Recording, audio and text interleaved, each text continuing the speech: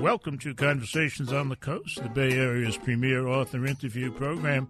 And today we're going to talk about a very interesting novel about one of America's greatest heroes. The title of the book is The Aviator's Wife. The author, Melanie Benjamin, is with us, and the book is published by Delacorte Press, and we thank you for coming by. It's my pleasure. Thanks for having me. You know, I don't know whether I should ask you this question, but I'm going to ask it anyway. They tell us that this Melanie Benjamin is a pseudonym. Mm-hmm. And do you write other kinds of books under different names? Not currently, but I have in the past. And that is when I made the switch to historical fiction.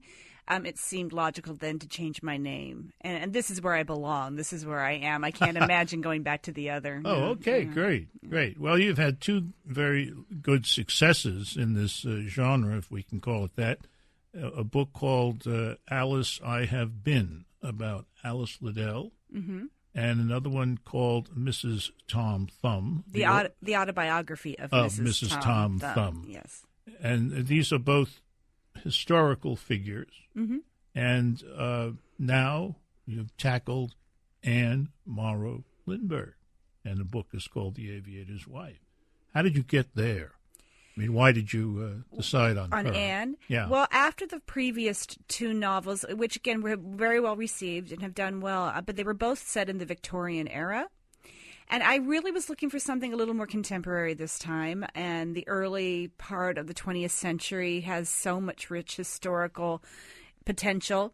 So I was just searching for some ideas. I came across a couple of really interesting stories of some wing walkers back in the barnstorming era of aviation. Wing walkers? Yeah. Some of those early women who would be wing walkers. Well, the male pilots were usually barnstorming.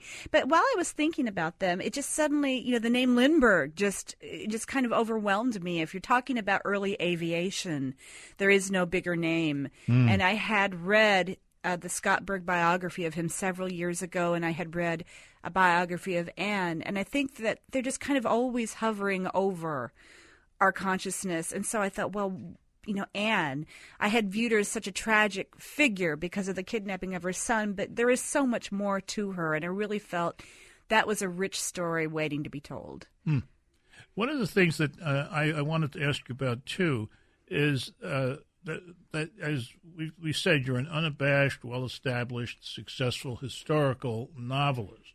And you have, because you're that, working in that type of fiction, you always have to play around with the age-old balance question between fact and fiction.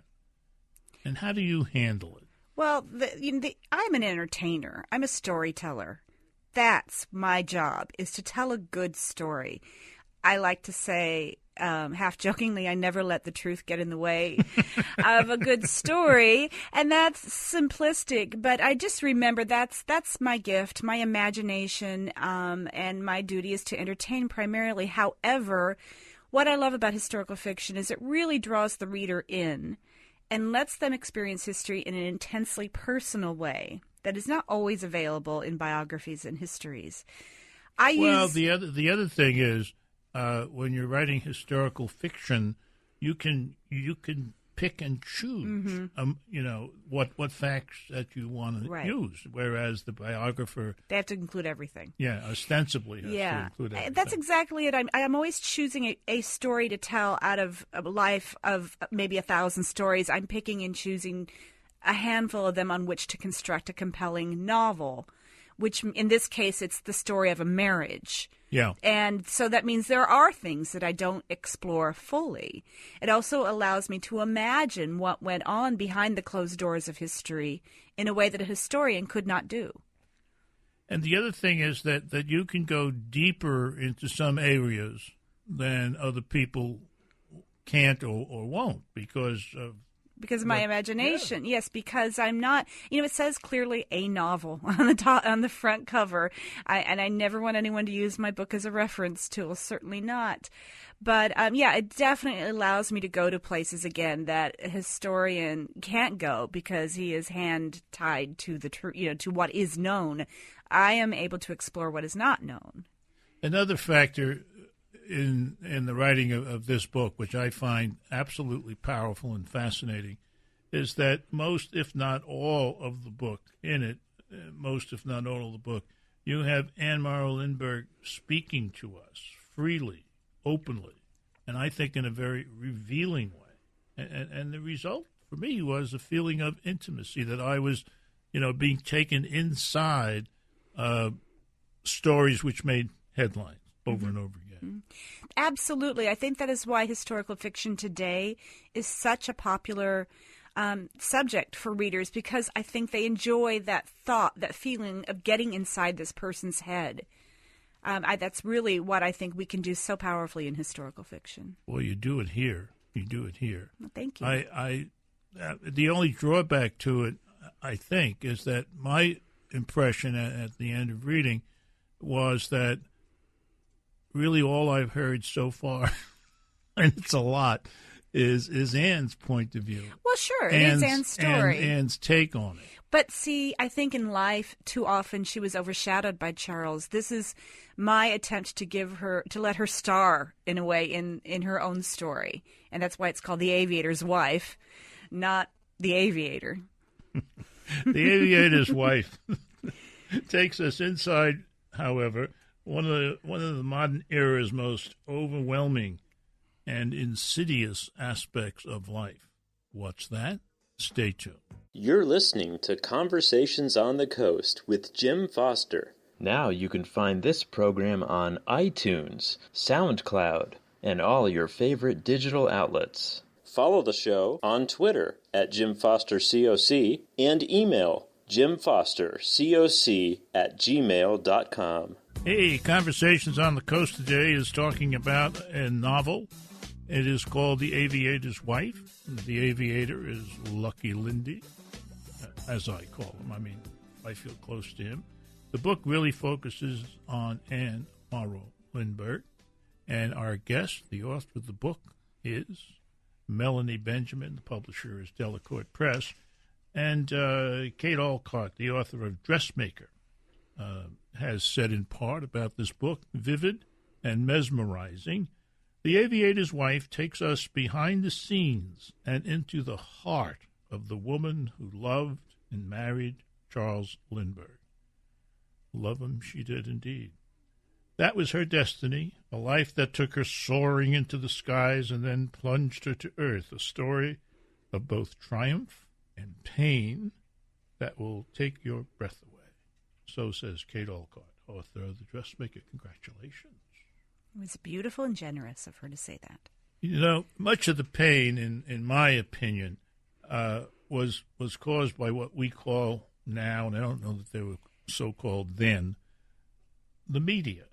And this is ages before things like Facebook and other social media even existed.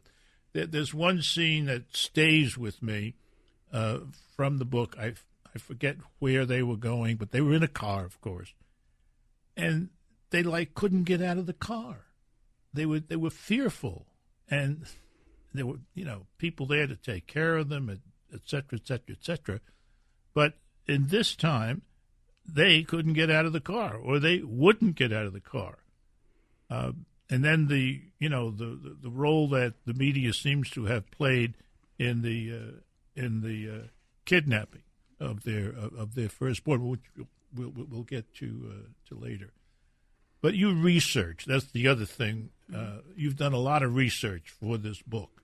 Yes. What did you find about the media and press coverage, et cetera? Well, one reason I wanted to write this book is because I think there are parts of their story that people today will be surprised to discover, and I think this is one of the major ones, was how they were truly hounded by the press and the photographers, cameramen, newsreel operators in a way that we really didn't see again until Princess Diana came along, and I think it had the same kind of tragic consequences. It's hard for us today in this era when, as you said, everyone is on Twitter, everyone is on Facebook, we have reality TV shows all over the place. It seems as if everyone wants to be famous. Anne and Charles did not want to be famous. If only for 24 hours. Yeah. So it really kind of makes celebrity less a thing. I think, again, you still see this kind of adulation from perhaps Kate and the Duchess of Cambridge and Prince William. The difference is that the Lindberghs didn't seek it. They ran from it. But they happened to be young and beautiful and daring and brave. He was the hero of his age.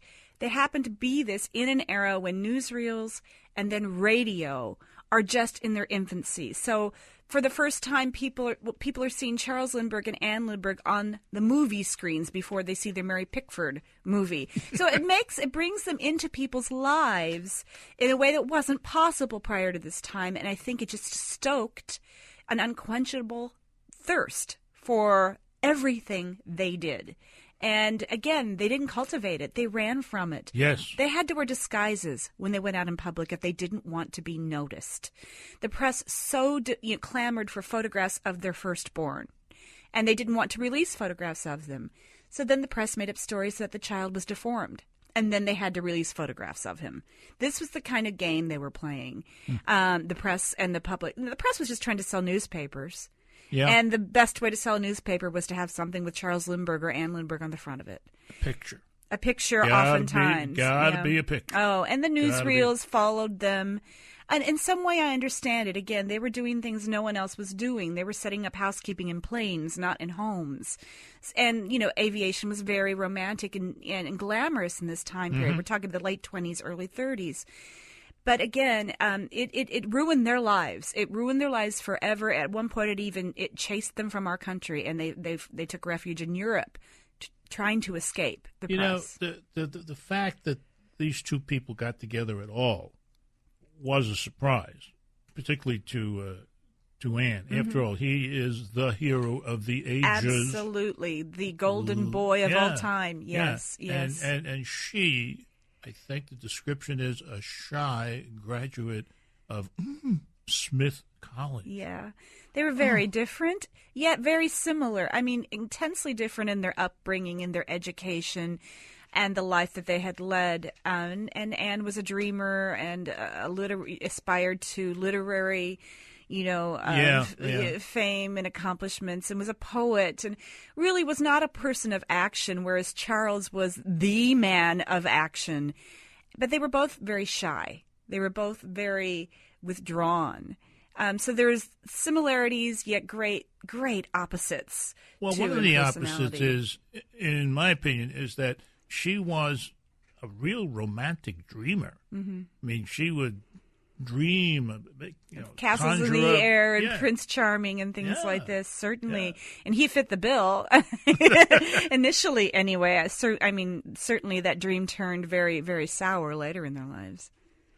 There was, on his part, he was longing and looking for something quite specific. Yes. Which she found out at some point, which we won't go into. There was no love mentioned almost anywhere leading up to the marriage. No, their courtship was very short, and very short on romance. He was looking simply for a co-pilot, someone to share the burden of his fame with, and someone to share the burden of his aviation accomplishments with. And he somehow saw that in this quiet, shy Smith College graduate. That's the most unromantic moniker. He never for the woman you're going to marry. In public, he always made it look that way, that practical, as in she came from good genes. That's why he married her. He said things like this. It never says in the book that she looked good in jodhpurs, but I'll bet she did. Anne was a very pretty young woman, very pretty young woman. But so much more than that. And the book is so much more than anyone has a right to expect. We need, when we come back, I think, to look hard at the kidnap story. And we'll do it. You're listening to Conversations on the Coast with Jim Foster. Now you can find this program on iTunes, SoundCloud, and all your favorite digital outlets. Follow the show on Twitter at JimFosterCoc and email JimFosterCoc@gmail.com. That is I, and the book that I was reading is called The Aviator's Wife. It's a novel written by a historic novelist of some import. Her name is Melanie Benjamin, and the book is published by Delacorte Press. And a woman who, unfortunately, has her name misspelled on the back of the jacket. Damn, if I was there, I wouldn't allow that. At any rate, her real name is Kathy Marie Buchanan, author of a book called The Painted Girls. The Aviator's Wife offers a fascinating glimpse, she says, into the uneasy marriage of one of America's most intriguing couples. Be prepared to question all you know about the Lindberghs. And I think part of the reason why it leads you to question everything is what I mentioned in the first segment, and that is you're having Anne do most or all of the speaking, and it's Anne's story. Mm-hmm. And if you know things about the Lindberghs and their lives, you might say, well, gee, that's not the way I read it in the history books. That's not the way I heard it in school. And one of the most touching moments in the book for me was when the witch boy comes home from school and says, I had a brother who was kidnapped and died.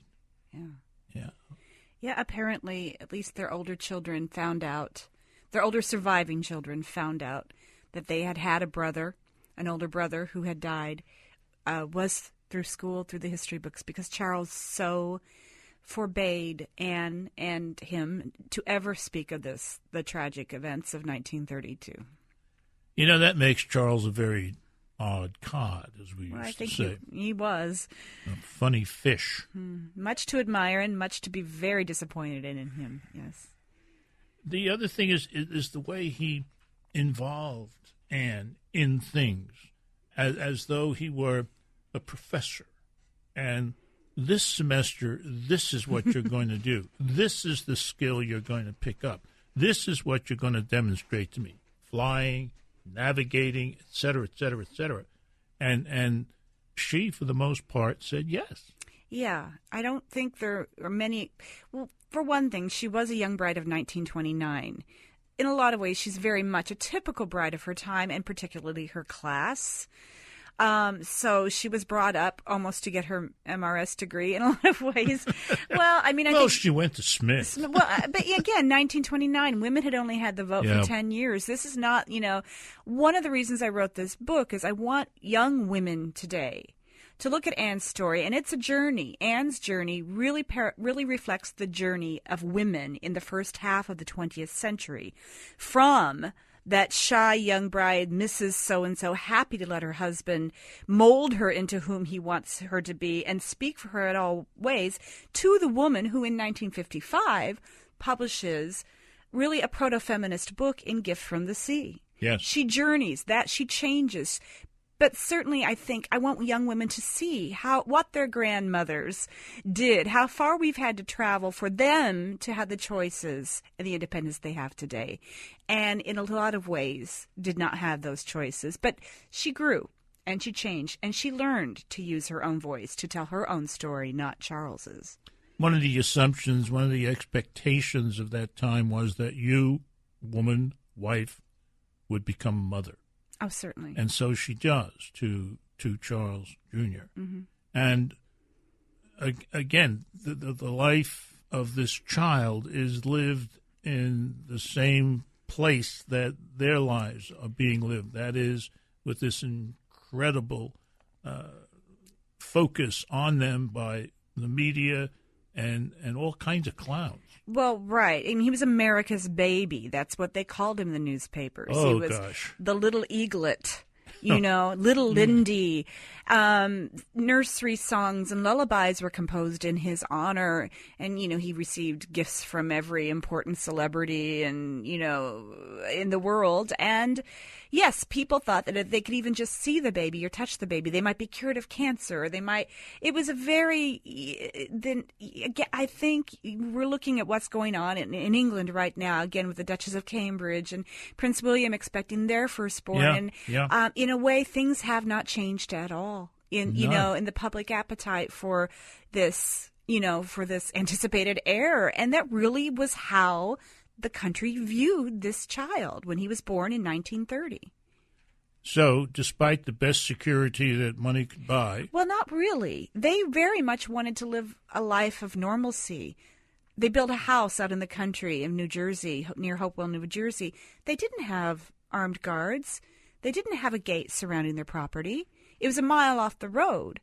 But they very much wanted to raise their children in a normal way, where they would have freedom. And they learned in a tragically horrible way that they would not be allowed to do that. It's so sad. Yeah. So sad. March 1st, 1932 was when the baby, Charles Lindbergh Jr., was kidnapped from the second floor nursery in which he had been put to sleep, and his body was found 6 weeks later, just outside the house. Just outside. Yeah. Well, not outside that's, but near the home. Near the home. 5 miles. It's the crime of the century. We're still fascinated by it today. And it was tragic and it was horrifying, and it was the first time Charles Lindbergh had ever failed in anything, in failing to bring his child home to Anne. And I think it is the prism through which you can look at everything else he did in the rest of his life, and it always comes back to this moment. Well, and your book raises a question, if he had not been so involved, might something else happen? Maybe the outcome of kidnapping would have been different. I don't know the outcome would have been different because it's pretty evident the baby died the night of. However, it is true that Charles was in way over his head, and it just shows how much in awe these professional law enforcers held Charles Lindbergh, that they all stepped back and said, if there's any man who can bring this child home, it's Colonel Lindbergh himself. And honey, today I took my orders from Lucky Lindy. Yeah, exactly. Ooh. Exactly. That's how much in awe they held this man. It was incredible. It's an inside story, The Aviator's Wife. It is fascinating. It is great reading. It's one you shouldn't miss.